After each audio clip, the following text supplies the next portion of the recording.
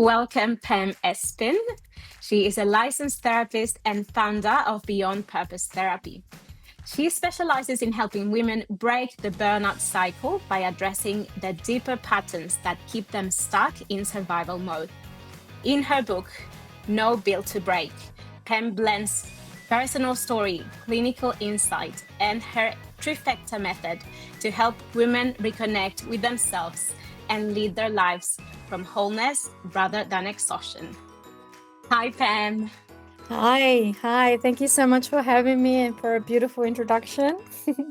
Thank you for joining me today. I'm really curious because I met you at the Leadership Skills for Founders event and I heard you speak beautifully. But I want to know the person behind the book. So, would you please introduce yourself and tell us a bit about your story? Yes, absolutely. It was such an honor to be at the leadership event, and I guess we can only cover a little bit while we're talking, and there's so much to us. There's so much to my story as well. I'm Pam. I'm originally from Ecuador. I was born in Ecuador and I migrated to Australia many moons ago. I think it's been over 20 years. I came here when I was 8 years old, and yeah, so that's how my journey started. And I've been in the mental health sector for 11 years now. I've been in different sectors. So I started in hospital, I then went into community, then I've gone into corporate, and now I'm running my own private practice. So it's been quite a journey. And now I'm doing the new journey of being an author, which has been very, very exciting. And I'm really curious about what it takes to write a book. And how was your mindset before writing the book? Did you see yourself doing it? Did you think it was a possibility to be an author, or did you have any barriers at the beginning? I think naturally we all have, our own limitations, our own limiting beliefs around the things that are out of our comfort zone. And I think for me, writing a book was such an out of my comfort zone experience because I knew I wanted to write a book.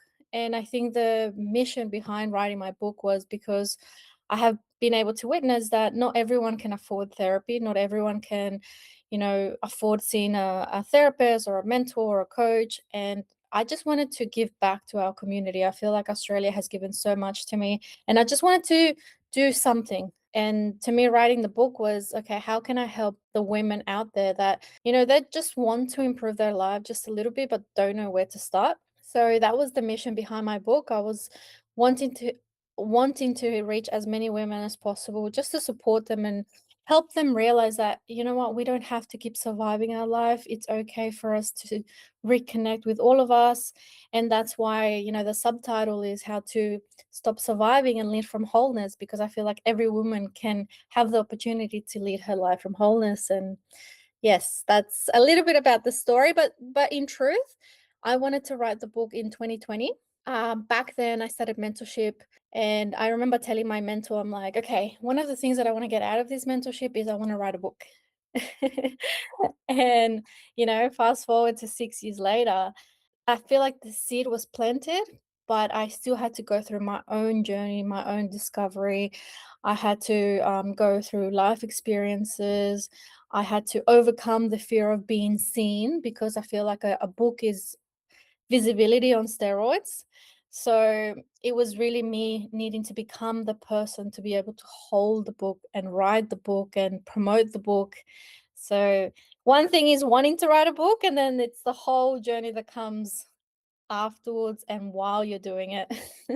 Thank you very much for sharing. And I can only imagine how much more you know yourself now and you got to know your strengths. And I would love to hear more about those. Yeah, so I think one of my strengths is honestly being scared and doing it anyway. There are things in life that are going to terrify us, but if we push through that fear, most of the time we're going to surprise ourselves how great it can be on the other side. And I think for me, it was really about backing myself and telling myself, I can do this. I have done hard things before, and this has a bigger purpose. Like, this isn't just for me, this is for our community. I'm a God believer, so I believe that God was with me throughout the journey as well. I truly believe that there were miracles along the way. And that's how I know that, I was fulfilling my purpose. A strength of mine is just being courageous, being brave, and doing it anyway. I love that. And I identify myself with that as well. I'm a doer. I put a lot of passion and purpose into my work.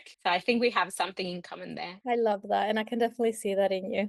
And I wanted to ask regarding your method, did you create that before writing the book or while writing the book? Before writing the book, so essentially what I do is I blend 3 modalities that were developed by other, obviously very, very wise, practitioners. So the method that I blend is essentially somatic healing, EMDR therapy, and schema therapy, and obviously my own life experience into that, because I feel like in order to be able to guide people, in order to be able to create something, I honestly believe that we have to go through that journey ourselves. So I think what allowed me to be able to create the trifecta method was my own experience in burnout recovery. It was looking at the gaps within the system and using my own recovery journey as a way forward. And how do we support women to recover from burnout at a deeper level, as opposed to, hey, here's the band aid fix, and then you burn out in another year or in the next 6 months. So I think for me, it was like, you know what, the trifecta method is that interconnection between mind, body, and heart.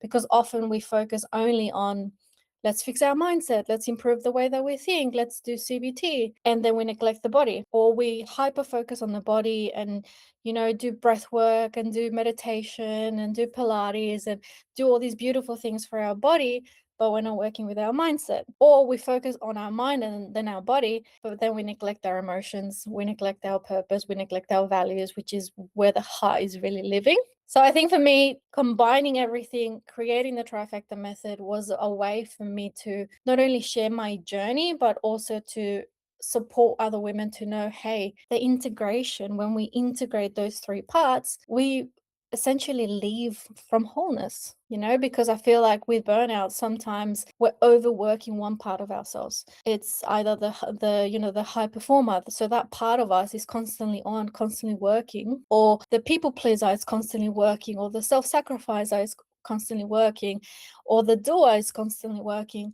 So essentially it's parts of us that we overuse, and the trifecta method is coming into, hey, you're a whole person. You can be the doer, you can be the fun one, you can be the quirky one, you can be the joyful one, you can be the smart one. You can be all of these parts, and you don't have to overwork one part of you.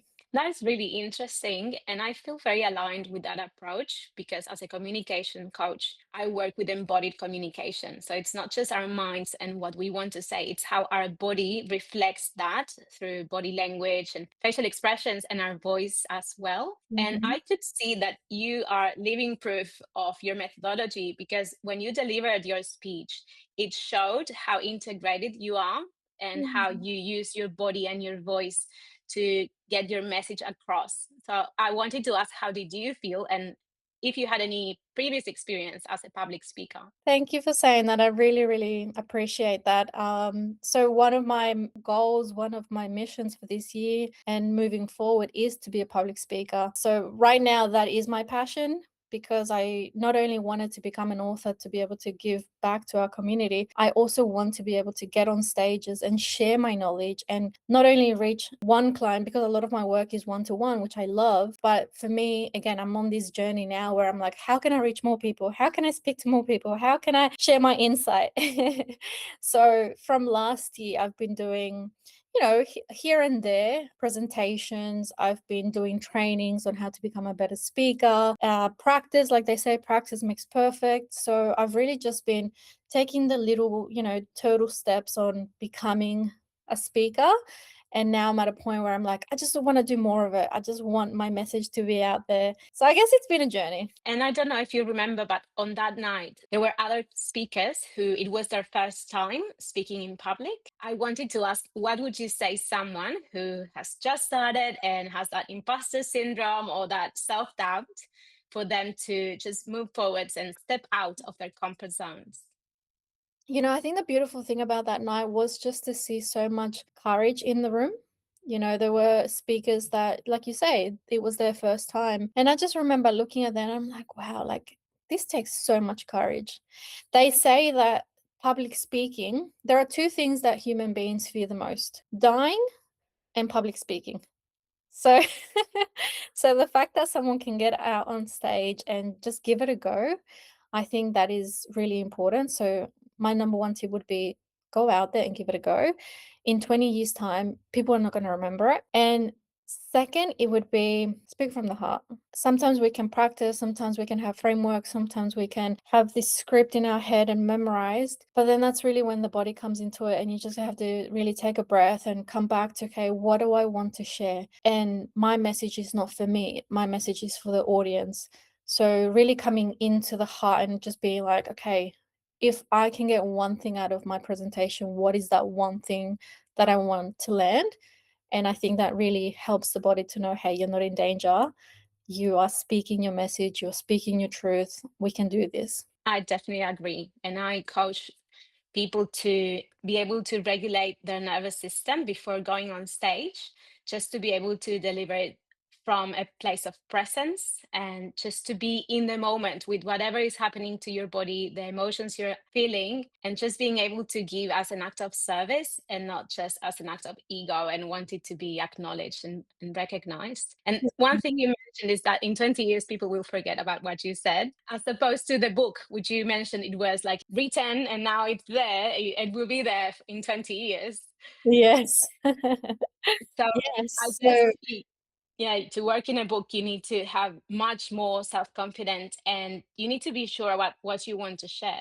absolutely, absolutely. And you know what? If I'm being really honest with you, I still get scared. My book has been out for a month now, and I still wake up with anxiety sometimes. I still wake up with like, oh my goodness, it's out. I feel it and I acknowledge it, because sometimes we've got to really acknowledge our emotions and not suppress them. So I acknowledge it and I keep reminding my nervous system, hey, you've done something courageous, you've done something out of the ordinary.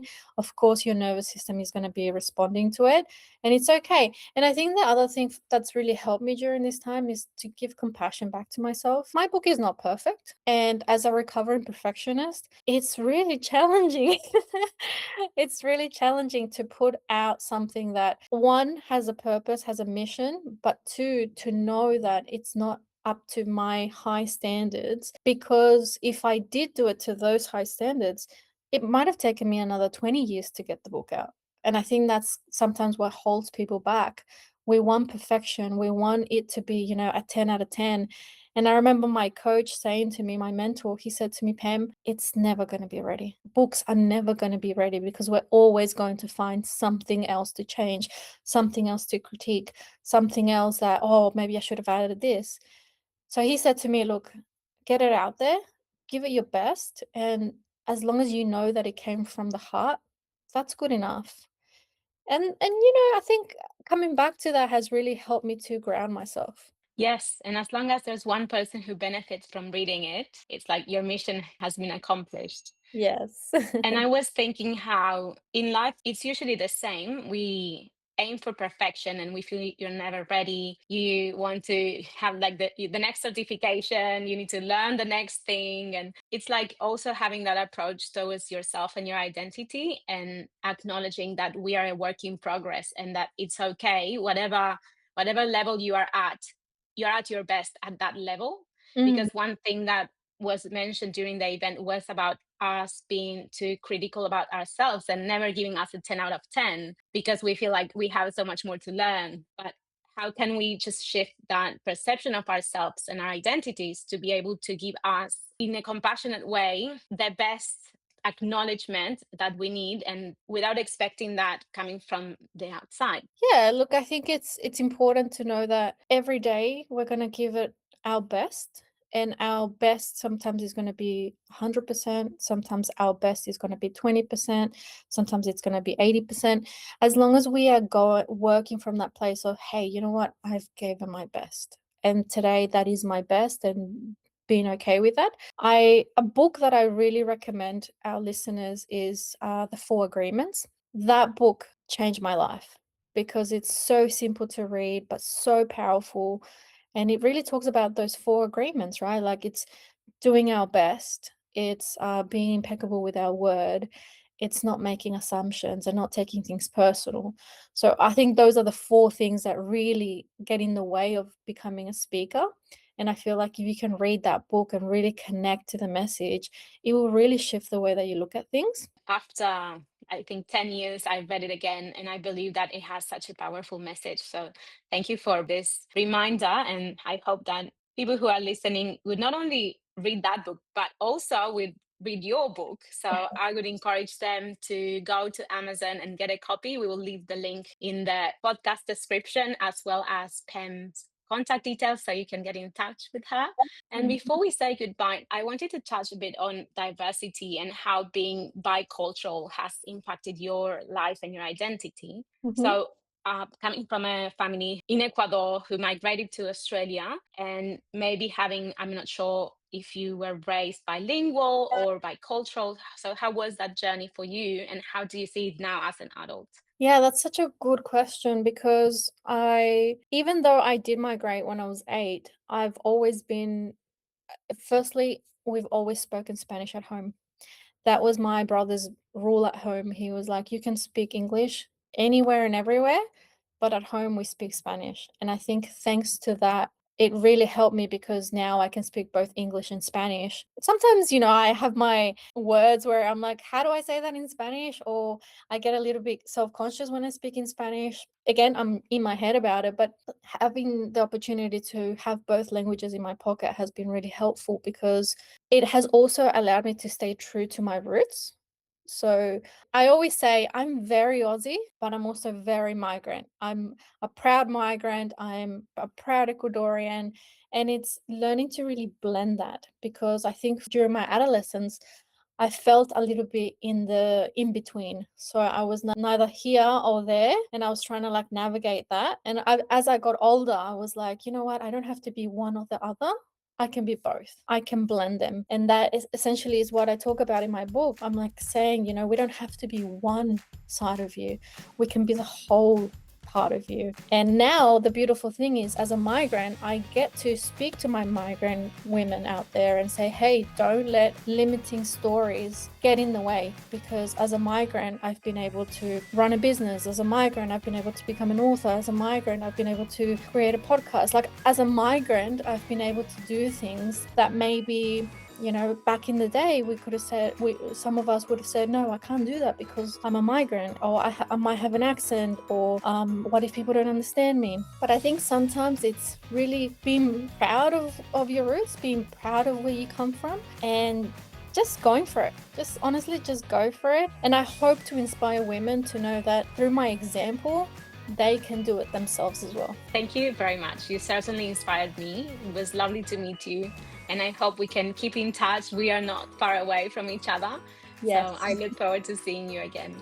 Thank you so much. It's been such a pleasure to connect with you, and thank you for the opportunity.